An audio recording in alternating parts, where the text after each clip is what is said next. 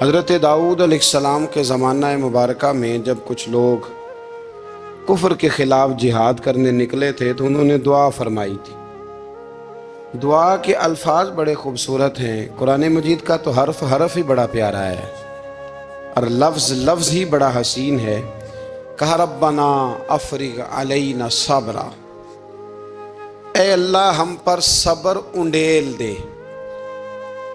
اللہ ہم پر صبر انڈیل دے، ہمارے اوپر صبر بھیج دے، ڈال دے ہمارے اوپر صبر، اور ثبت اقدامنا، اور ہمارے پیر جما دے، فانصرنا علی القوم الکافرین، اور کافروں کے مقابلے میں ہماری مدد فرما، کافروں کی قوم پر ہماری مدد فرما۔ اے اللہ ہم پر صبر انڈیل دے اور ہمارے پیروں کو استقامت عطا کر دے۔ جہاد زندگانی میں جب انسان نے سفر کرنا ہے نا، تو اگر وہ کمزور پڑے گا تو سفر نہیں کر سکے گا، گھبرا جائے گا تو سفر نہیں کر سکے گا۔ کیا کہا تھا اقبال نے؟ تندی باد مخالف سے نہ گھبرا اے عقاب، یہ تو چلتی ہے تجھے، یہ تو چلتی ہے تجھے اونچا اڑانے کے لیے، اونچا اڑانے کے۔ میں نے سنا ہے، مجھے پکا نہیں پتا، میں نے سنا ہے کہ ہوا تیز ہو تو جہاز کی سپیڈ لوگ بڑھا دیتے ہیں۔ مخالف سمت اگر ہوا تیز ہو تو جہاز کی سپیڈ، یعنی وہ اگر تیز چل رہی ہے تو ادھر سے بھی تیز چلے گی تو اس کا سینہ ذرا جلدی چیرا جائے گا اور آگے بڑھے گی۔ صبر اور استقامت، اگر آپ نے زندگانی میں آگے بڑھنا ہے تو ان دو چیزوں کا وجود آپ کے ساتھ ہونا بڑا ہی ضروری ہے۔ ہمارے مزاجوں میں بڑی جلدی بے صبری آ جاتی ہے، پائے سے بات نہیں ہوتے، کسی بات میں ٹھہراؤ نہیں ہوتا، طبیعت کے اندر وہ والا مزاج نہیں ہوتا جو انسان کو آگے لے کے چلتا ہے، جو اس کو آگے بڑھاتا ہے۔ اگر آپ نے آگے بڑھنا ہے تو پھر ذرا آپ میں کے مزاج میں ٹھہراؤ ہونا چاہیے، پھر ذرا تھوڑا سا سکون ہونا چاہیے۔ میرے رسول کریم علیہ السلام کی خدمت میں ایک شخص نے عرض کیا تھا، یا رسول اللہ صلی اللہ تعالی وسلم مجھے کوئی ایسی نصیحت کر دے کہ پھر مجھے کسی اور سے پوچھنے کی ضرورت نہ رہے۔ تو حضور نے ایک ہی جملہ کہا، فرمایا جب تو نے کہا نا کہ اللہ میرا رب ہے، پھر ڈٹ جا، پھر اس پہ ڈٹ جا، پھر کھڑا ہونا سی۔ جب آپ میں استقامت ہوتی ہے، صبر ہوتا ہے، دیکھیں حالات جب بگڑے تو انہیں صحیح ہونے میں ٹائم لگتا ہے کہ فوراً ٹھیک ہو جاتے ہیں۔ آپ بیمار ہو گئے، تکلیف ہوئی، کوئی آپ کو بیماری لگ گئی، آپ ڈاکٹر صاحب کے پاس گئے، انہوں نے آپ کو دیکھا، ٹریٹمنٹ کی، پھر دوائیاں لکھیں، پھر انہوں نے آپ کو کہا کہ آپ کو 1 ہفتہ یا 1.5 ہفتہ دوائی کھانی ہے، یہ ایک شربت کی شیشی ہے، یہ ایک بوتل ہے، یہ ایک سیرپ ہے، 1 چمچ صبح 1 شام، اور پورا ہفتہ آپ نے استعمال کرنا ہے۔ اب آپ تو کہہ رہے تھے کہ میں نے ابھی ٹھیک ہونا ہے گھنٹے کے بعد، تو سارا نہ پی لوں، سیرپ سارا نہ پی لوں ابھی، اور 1.5 ہفتے کی دوائی ابھی نہ کھا لوں، تھوڑی تھوڑی کر کے بھی تو کھانی ہے نا، ساری کٹھی نہ کھا لوں، ہو جائیں گے ٹھیک؟ کیا خیال ہے آپ کا؟ نہیں ہوں گے۔ کیوں؟ اس لیے کہ جس ترتیب سے ڈاکٹر نے آپ کو بتلایا ہے، آپ کا وجود اسی ترتیب سے اسے قبول کرے گا، آپ کا جو وہ مرض ہے وہ اسی ترتیب سے بہتر ہوگا جس ترتیب سے ڈاکٹر نے، طبیب نے، حکیم نے آپ کو بتلایا ہے، اسی مرتب ترتیب سے آپ نے اس کو دوا کو استعمال کرنا ہے، تو اسی ترتیب سے وہ سارے معاملات ٹھیک ہوں گے۔ اب آپ کا تو منشا تھا کہ میں نے سویرے فوراً اٹھنا ہے اور میں نے دوا کھانی ہے تو میں نے فٹافٹ ٹھیک ہو جانا ہے، تو بھئی یہ آپ کی منشا تو ہے، لیکن حکمت کا تقاضا یہ نہیں ہے۔ حکمت کا تقاضا یہ ہے کہ آپ کو 1 گولی کھانی ہے، 1 چمچ سیرپ کا پینا ہے، آپ کو مناسب پرہیز کرنا ہے، اس کے بعد جا کے آپ کی طبیعت ٹھیک ہوگی۔ لیکن اگر آپ کا یہ پروگرام بن گیا ہے کہ نہیں میں نے تو شام کو ہی ٹھیک ہونا ہے، تو یہ ممکن نہیں ہے۔ اس کے لیے آپ کو ذہنی طور پر تیار ہونا چاہیے، آپ کو سمجھنا چاہیے کہ بہت ساری چیزیں ایسی ہوتی ہیں جنہیں وقت دینا پڑتا ہے، بہت سارے حالات ایسے ہوتے ہیں جنہیں ٹائم دینا پڑتا ہے، وہ اپنے وقت پر جا کے چیزیں درست ہو جاتی ہیں۔ لیکن ہم چاہتے ہیں کہ ہم ابھی کریں، سویرے کریں، شام کریں، وہ کئی دفعہ صحیح کرنے کی بجائے ماحول کو ہم خراب کر لیتے ہیں. انہیں وقت دیں, انہیں ٹائم دیں, انہیں موقع دیں. میرے رسول کریم صلی اللہ تعالیٰ علیہ وآلہ وسلم ہجرت سے چند دن پہلے نا خانہ کعبہ کو اندر سے دیکھنے کا دل کیا میرے نبی پاک کا. کیا مجھے مکہ چھوڑ کے مدینہ طیبہ جانا ہے تو میں ذرا کعبہ معظمہ کے اندر سے زیارت کر لوں. عثمان بن طلحہ ایک شخص تھا جو کلید بردار تھا, جس کے پاس خانہ کعبہ کی چابی ہوتی تھی. حضور صلی اللہ تعالیٰ علیہ وسلم نے اس سے کہا کہ بھائی چابی ذرا دے دو, میں خانہ کعبہ کے اندر سے زیارت کرنا چاہتا ہوں. کہنے لگا کوئی اور ہوتا تو میں دے دیتا, آپ کو نہیں دوں گا. معاذ اللہ ثم معاذ اللہ. میرے رسول پاک کی بات نہ ستارے بھی مانتے ہیں, چاند بھی مانتا ہے, سورج بھی مانتا ہے. حضور اگر سورج کو کہنا واپس آ, حضرت علی نے نماز پڑھنی ہے تو وہ آ جاتا ہے. اور اگر حضور فرما دیں چاند کو 2 ٹکڑے ہو جا تو وہ 2 ٹکڑے ہو جاتا ہے. سورج بھی بات مانتا ہے, چاند بھی بات مانتا ہے. یہ سارے میرے رسول کریم علیہ السلام کے غلام ہیں. جہاں جہاں تک رب کریم کی خدائی ہے وہاں میرے حبیب کی مصطفائی ہے. حضور وہیں چاہتے نا وہیں چاہتے. تو حضرت عمر اگر حکم دیں تو زمین تیل واپس کرتی ہے, تو حضور حکم دیتے تو وہ کافر اندر دھنسا لیتی زمین.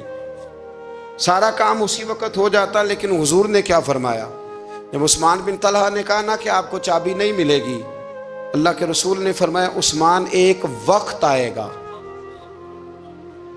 جب یہ چابی تجھ سے میں لوں گا, اور جس کو میرا دل کرے گا میں اسے دوں گا. ایک وقت آئے گا کہ یہ میں تجھ سے لوں گا, اور پھر جس کو میرا دل چاہے گا میں اس کو وہ چابی دوں گا. میرے نبی کریم رؤوف رحیم سید عالم صلی اللہ علیہ وسلم نے وقت دیا. کتنا وقت لگا؟ 2 دن, 4 دن, 5 دن, 10 سال لگ گئے. حضور نے مکہ کو فتح کیا, حضور تشریف لائے. وہی چابی عثمان بن طلحہ کے پاس تھی. محبوب کریم نے بت توڑنے تھے, کعبہ کو ان سے پاک کرنا تھا. فرمایا لاؤ نا چابی کدھر ہے. عثمان کہتے ہیں حضور نے تو بات نہیں جتلائی, پر مجھے وہ لفظ یاد تھے کہ عثمان ایک وقت آئے گا. ایک سمجھیے گا بات کو, ایک وقت آئے گا جب چابی میں لوں گا, اور پھر جس کو میرا دل کرے گا میں اسے.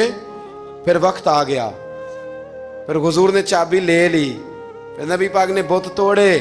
پر قربان جاؤں مدینے والے محبوب کے طریقے پر, فدا ہو جائیں حضور علیہ الصلوۃ والسلام کے کمال درگزر پر. جب حضور فارغ ہوئے نا بیت اللہ کو صاف کر کے, تو فرمایا کدھر ہے ابھی عثمان بن طلحہ. وہ آئے تو حضور فرمانے لگے یہ چابی پہلے تیری خاندانی وراثت تھی, پھر میں نے اپنے وعدے کے مطابق لے لی, اب میں تمہیں واپس کر رہا ہوں. اب یہ چابی میں تمہیں واپس کر رہا ہوں, میں یہ چابی میں تمہیں دے رہا ہوں. لہذا اب تیری نسل سے بھی قیامت تک کوئی نہیں لے گا, میں تمہیں یہ چابی دے رہا ہوں. تو بھائی وقت کا انتظار کریں.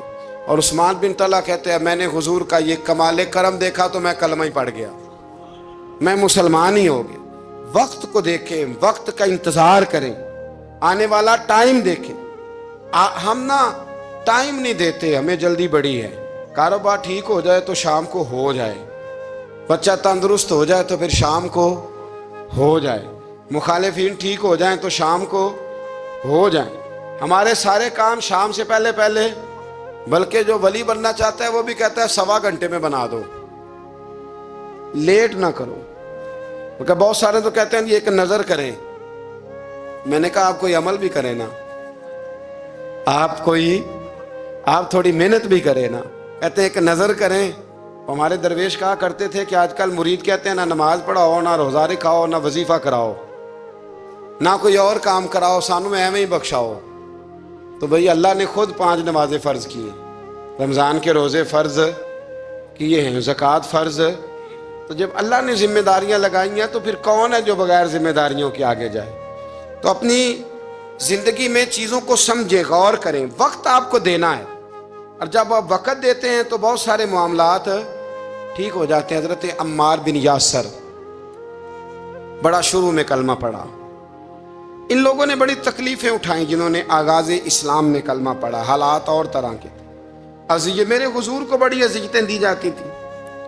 ابو لہب عقبہ بن نبی معیط یہ حضور کے 2 ہمسائے تھے. کچھ نفسیاتی تکلیفیں لوگ دیتے ہیں، ذہنی طور پر پریشان کرتے ہیں، مزاج ہوتا ہے۔ وہ دونوں کیا کرتے تھے، وہ سارا اپنے گھر کا کوڑا کرکٹ لا کے حضور کے دروازے پر پھینک جاتے۔ نبی کریم صلی اللہ تعالی وسلم فرماتے تھے کیا خوبصورت حق ہمسائیگی ادا کرتے ہو، کیا اچھا تم حق ہمسائیگی۔ اور دونوں طرف کے ہمسائے تکلیف دیتے، اذیت دیتے، حضور کو پریشان کرتے۔ حضرت عبداللہ ابن مبارک رحمۃ اللہ علیہ کا ہمسایہ بھی اسی طرح کرتا تھا، وہ اپنے گھر کا سارا گند کچرا اٹھا کے آپ کے گھر میں پھینک دیتا۔ ایک دن بھی پھینکا، 2 دن بھی پھینکا، 3 دن بھی پھینکا، 4 دن بھی پھینکا، 5 دن بھی پھینکا، مہینوں بیت گئے، مہینوں بیت گئے۔ ایک دن کہنے لگا میں روز کچرا پھینکتا ہوں، خود ہی کہنے لگا آپ کو تکلیف نہیں ہوتی؟ آپ فرمانے لگے میں نے ایک برتن رکھ دیا ہے، ایک جھاڑو رکھ دیا ہے، جب تو کچرا پھینکتا ہے تو میں اٹھا کے باہر پھینک آتا ہوں، اب تو بند نہ کرنا اس لیے کہ مجھے عادت ہو گئی ہے۔ اب میں نے اپنے ٹائم میں سے نا ٹائم اس کچرے کو دینا شروع کر دیا ہے، اب تو بند نہ کرنا اس لیے کہ مجھے اب اس بات کی عادت ہو گئی ہے۔ اب میں روز اٹھاتا ہوں اور اٹھا کے ذرا باہر پھینک آتا ہوں، میں عادی ہو گیا ہوں تیری اذیت کا، اب میں تیری تکلیف کا۔ آپ میں سے بہت سارے لوگ شہروں کے رہنے والے ہیں، ہمارے دیہاتوں میں یہ ہوتا تھا کہ کسی بوڑھے بابے کو نا بچے چھیڑتے تھے، کبھی کبھی غلط کرتے تھے، ایسا کرنا نہیں چاہیے، لیکن بزرگ کو چھیڑتے تھے، تنگ کرتے تھے۔ کبھی وہ بچے نہ چھیڑتے تھے تو بزرگ خود کہتے تھے کہاں مر گئے آج سارے۔ اصل میں وہ پیار ہوتا تھا، وہ پیار لگ جاتا تھا، بتاتے نہیں تھے، لیکن علاقے کے بچوں کے ساتھ نا وہ غصہ ہوتا تھا، وہ چھیڑتے تھے۔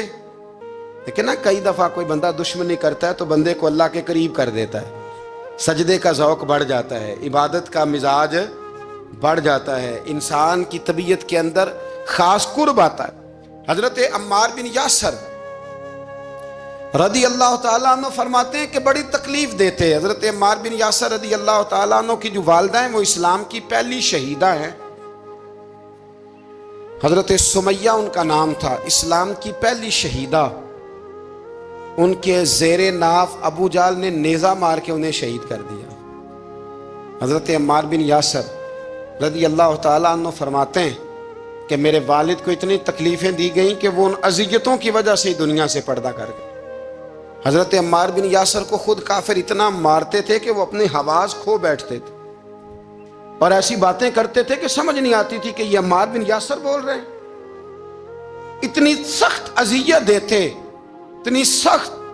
دکھ قبول محمد بخشا، راضی رہن پیارے، دکھ قبول محمد بخشا، بس راضی رہن۔ اتنی تکلیف دیتے کہ حضرت عمار بن یاسر حواس کھو بیٹھتے، تکلیف میں آتے، بڑا سہا، بڑا برداشت کیا۔ ایک دن میرے رسول پاک تشریف لائے اور حضور نے کہا او آل یاسر میں تمہیں مبارک دینے آیا ہوں، رب کریم نے تمہارے لیے جنت میں مکان بنا دیے ہیں۔ حضور نے تمہارے لیے، اللہ نے تمہارے لیے جنت میں مکانات، تمہیں مبارک ہو، تمہاری اذیتیں، تمہاری تکلیفیں، تمہارے درد، تمہاری راتیں کام آ گئیں، مالک نے تمہارے لیے مکانات بنا دیے ہیں، حالات ٹھیک کر دیے ہیں، طبیعتوں میں بہتری آ گئی ہے۔ میرے محبوب کریم رؤوف الرحیم سید عالم نور مجسم شفیع معظم آقا دو عالم صلی اللہ تعالی علیہ وسلم نے انہیں خوشخبری سنا دی۔ حضرت عمار کہتے ہیں پھر حالات بدلے، پھر میں نے جو مجھے اذیتیں دینے والے تھے میں نے انہیں گڑھوں میں گرتے دیکھا۔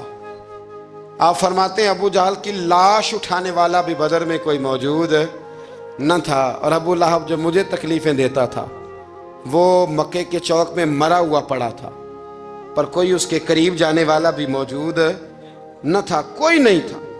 آپ فرماتے ہیں وہ حالات بھی۔ حضرت عمار کا اپنا کیا حال ہوا؟ حضرت خالد بھی نہیں ہے، اب تو گزارش ہی کرنی ہے، اب مدعا کیا سنانا ہے، اب تو بات کرنی ہے۔ فرماتے میں آگے بڑھا اور جیسے بھی ہوا میں نے حضرت عمار بن یاسر کو راضی کیا۔ حضرت عمار کہتے ہیں ایک وقت وہ تھا اور ایک وقت یہ ہے، جب دونوں وقتوں کو دیکھتا ہوں تو کہتا ہوں الحمدللہ رب العالمین۔ یہ ساری تعریفیں اس رب کے لیے ہیں جو تمام جہانوں کو پالنے والا ہے۔ وقت دیں معاملات کو، ٹائم دیں۔ آپ دیکھیں اللہ تبارک و تعالیٰ بڑا کریم ہے، وقت کے ساتھ جب چیزیں تبدیل ہوتی ہیں اپنے ٹائم کے۔ حضرت بلال حبشی رضی اللہ تعالی. بڑا مشکل نہیں، اکیلا آدمی، غریب آدمی، مکے کے سارے سرداروں کے قابو آ گیا. حضرت حسان کہتے ہیں میں نے خود اپنی آنکھوں سے دیکھا، حضرت بلال کے گلے میں رسی ڈال کے بچے کھینچا کرتے تھے. یار خاصا مشکل کام نہیں. امیہ بن خلف ڈنڈوں سے مارتا ہے، آپ کے ہاتھ اور پیر چارپائی کے نیچے رکھ کے تو اوپر بیٹھے رہتے بڑی بڑی دیر. بڑی تکلیف نہیں، بڑی اذیت نہیں. لیکن حضرت بلال حبشی فرماتے ہیں پھر میں نے وہ سارے دکھ مٹتے دیکھے. وقت بیت گیا. وہی امیہ بن خلف ایک دن گھوڑے پہ تھا، گھوڑے اپنے کو تیار کر رہا تھا، لگام ڈال رہا تھا. حضور علیہ السلام گزرے تو فرمایا کیا کر رہے ہو؟ کہنے لگے اس گھوڑے پر بیٹھ کے آپ کو شہید کروں گا. تو حضور فرمانے لگے تیاری کر لے، تجھے قتل میں نہیں کرنا ہے. پھر جنگ کے موقع پہ نا ہلکی سی خراش لگائی رسول پاک نے اسے یہاں گلے پہ. تڑپتا تھا، روتا تھا، سسکتا تھا. لوگ کہتے تھے امیہ کیا ہو گیا، اتنا سیانہ بندہ یہ کیا کرتا ہے؟ تو کہنے لگا تمہیں پتہ نہیں مجھے تکلیف کتنی ہے. ضرب تو چھوٹی ہے پر تمہیں پتہ نہیں لگائی کس نے ہے تو چھوٹی پر تمہیں خبر نہیں کہ لگائی کس نے ہے، کس نے یہ ضرب لگا دی ہے. پھر تڑپ کر سسک کر مرا. حالات بدل جاتے ہیں، حالات میں تبدیلیاں آ جاتی ہیں. ہم وقت نہیں دینا چاہتے. ہمارے اندر جو حوصلے کی کمزوری ہوتی ہے، ہمارے اندر جو وہ ایک بہت بڑا معاملہ ہوتا ہے کہ کسی بھی طریقے سے یہ معاملہ ختم ہو، کسی بھی طریقے سے شفا ہو، جلد از جلد ہم اس بات سے نکلیں، تو یہ بات ہماری درست نہیں ہے. ہمیں وقت دینا چاہیے. حضرت سیدنا عاصم بن ثابت بن قیس بخاری میں بھی موجود ہے، اور بھی بہت ساری کتب میں یہ روایت موجود ہے. حضرت عاصم بن ثابت بن قیس رضی اللہ تعالیٰ عنہ، آپ نے نا جنگ احد میں بڑی دلیری کے ساتھ آپ لڑے تھے. 2 لوگوں کو آپ نے قتل کیا تھا، مصافے اور حارث کو. ان کی والدہ سلافہ بنت سعد، سلافہ بنت سعد بڑی مالدار عورت تھی، بڑی تیز تھی. اس نے قسم کھائی تھی کہ میرے 2 بیٹے چونکہ حضرت عاصم بن ثابت نے قتل کر دیے، اس نے قسم کھائی تھی کہ میں نا معاذ اللہ انہیں قتل کراؤں گی اور ان کی گردن اترواؤں گی اور ان کی کھوپڑی میں شراب بھر کے پیوں گی. جملے بولنے والے کئی دفعہ بڑا ہی بول جاتے ہیں. حضرت عاصم بن ثابت بن قیس رضی اللہ تعالی، سلافہ بن سعد کہنے لگی کہ میرے بیٹے چونکہ انہوں نے قتل کیے تو 100 اونٹ دوں گی جو انہیں شہید کرے گا، اور پھر میں معاذ اللہ ان کی گردن اتروا کے کھوپڑی کے اندر شراب بھر کے پیوں گی. حضرت عاصم بن ثابت بڑے بہادر تھے، قابو نہ آ سکے. کافروں نے ایک چال چلی کہ مدینے سے کچھ مبلغ مانگے تبلیغ کرنے کے لیے.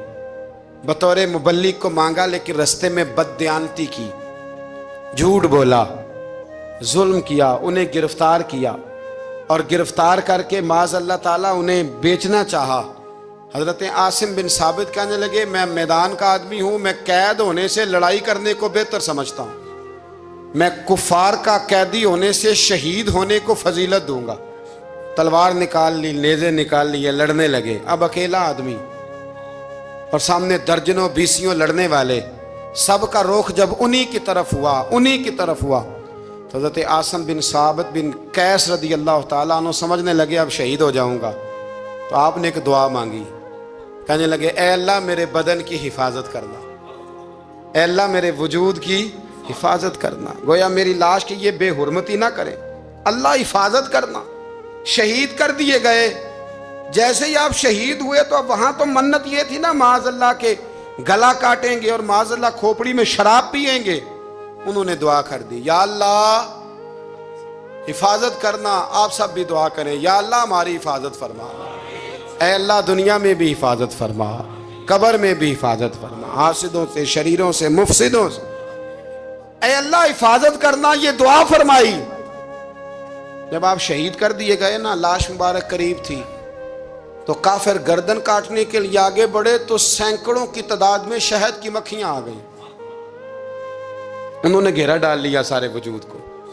اب کتنی کو مکھیاں اڑائیں؟ 1 کو اڑاتے ہیں 10 اور آ جاتی ہیں، 2 کو اڑاتے ہیں 10 اور ان کا خیال تھا شاید وجود کاٹنے آئی ہیں. وہ چلے گئے، کہنے لگے شام کو جب مکھیاں چلی جائیں گی تو دوبارہ آئیں گے، لیکن جب مکھیاں اڑی تو انہوں نے وجود کو چھوا بھی نہیں تھا، انہوں نے وجود کی حفاظت کی، دعا مانگی تھی، اے اللہ ان سے میری حفاظت فرما، مجھے ثابت قدم رکھ۔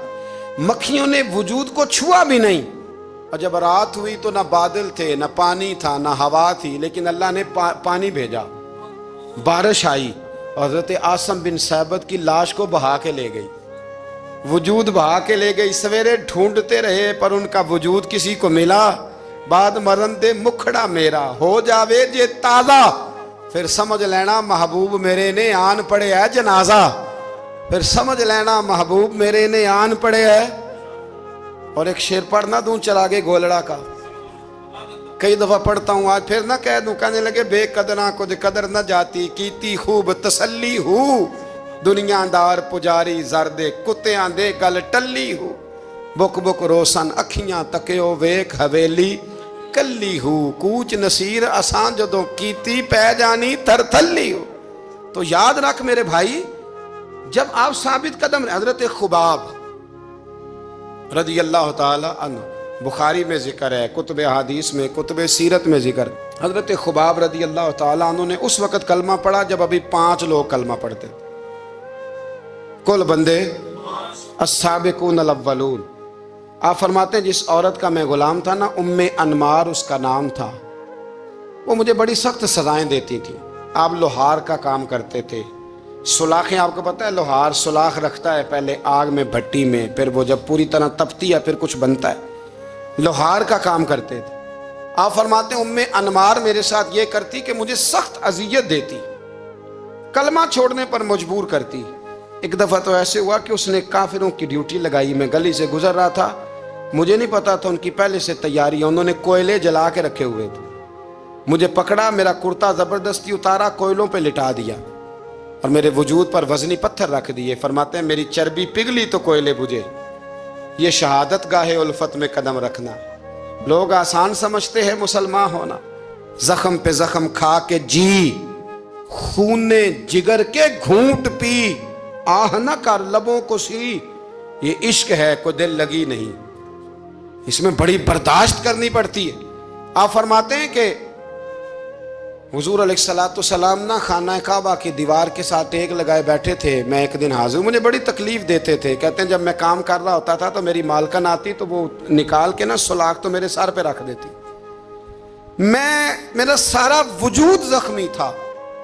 حضور خانہ کعبہ کی دیوار سے ٹیک لگائے بیٹھے تھے، میں حاضر ہوا تو محبوب کریم بھی اٹھے، تو حضور علیہ السلام سے میں نے عرض کی حضور دیکھیں مجھے کتنی تکلیف دی جاتی، تو ابھی فرمانے لگے بس اتنی، بس اتنی؟ فرمایا تم سے پہلے لوگوں کے سروں پر آرے رکھ کے 2 حصوں میں چیر دیا جاتا تھا، لوہے کی کنگھیوں سے ان کے وجود ادھیڑ دیے جاتے تھے، پر وہ سی نہیں کرتے تھے، اف نہیں کرتے تھے، میں خبردار بس اتنی؟ اور پھر میرے حضور نے ہاتھ اٹھائے، کہا اے اللہ خباب کی مدد فرما، اے اللہ خباب کی، اتنے لفظ ادا کی۔ حضرت خباب کہتے ہیں پھر میں نے وقت کو وقت دیا، پھر میں نے حالات کو وقت دیا، پھر میں نے اپنے محبوب کی دعا کو قبول ہوتے دیکھا۔ فرماتے ہیں وہ میری مالکن جو مجھے تکلیف دیتی تھی، اذیت دیتی تھی، پھر اس کا حال یہ تھا کہ اس کے سر میں درد اٹھا، اور جس طرح کتا چیختا ہے جب اسے مارا جاتا ہے تو وہ چلاتا ہے، اس طرح وہ آوازیں نکالتی۔ پھر وہ بہت بڑے طبیب کے پاس گئی تو اسے کسی نے کہا کہ لوہے کی سلاخوں سے اپنے سر کو دگوایا کر، داغ دیا کر، اسے جلایا کر جگہ جگہ سے تاکہ تیرے اندر کا درد ختم ہو۔ تو آپ فرماتے ہیں پھر لوگوں میں نے صبر اور استقامت کا رزلٹ دیکھا کہ وہ جو مجھے بطور سزا میرے سر پہ سلاخیں رکھتی تھی، پھر وہ بطور دوائی منگانے لگی، میں سلاخ گرم کر کے لاتا اس کے سر پہ رکھتا، فرماتے ہیں پھر اسے سکون ہوتا، پھر وہ تڑپتی، اور چونکہ مجھے تو وقت یاد تھا نا، کہتے ہیں لیکن میں مصطفیٰ کریم کا کلمہ پڑھتا تھا، میں نے کبھی دوبارہ پلٹ کر اسے یہ بات یاد نہ کرائی۔ آپ وقت دیں، ماحول کو ٹائم دیں، آپ دیکھیں، ہاں یہ ضرور دیکھ لیں کہ آپ کے ضمیر کے اندر کوئی ایسی بات تو نہیں، کوئی ایسا معاملہ تو نہیں کہ جہاں آپ غلط ہیں، اور اگر ایسا نہیں پھر آپ وقت دیں آنے والے اسباب کو. ہم نہ بڑی جلدی ہے, ہمیں دعا کرائی ہے تو آج شام تک مسئلہ ٹھیک ہونا چاہیے, دعائی کھائی ہے تو طبیعت شام تک ٹھیک ہونی چاہیے. اگر ہم راہ حق کے مسافر ہیں تو شام کو ہمیں قرب الہی مل چکا ہو, حضور کی بارگاہ کے ہم حضوری ہو چکے ہیں, ایسا نہیں ہے. آپ وقت دیں, سفر کو جاری رکھیں, تسلسل کے ساتھ سفر کریں. سفر کے لیے جتنے اسباب کی ضرورت ہے وہ سارے اکٹھے کریں, محنت پوری کریں, جد و جہد پوری کریں, ہمت پوری کریں, لیکن پھر نتیجہ اپنے رب کریم پہ چھوڑ دیں. پھر رزلٹ اپنے اللہ. کئی دفعہ ہماری چاہت اور ہوتی ہے, اللہ کی حکمت اور ہو, تو اللہ کی حکمتوں پر بہت ساری چیزوں کو چھوڑے. دعا کرتا ہوں اللہ کے حضور اللہ ہمیں سمجھنے کی توفیق عطا فرمائے. آخر دعوانا الحمدللہ.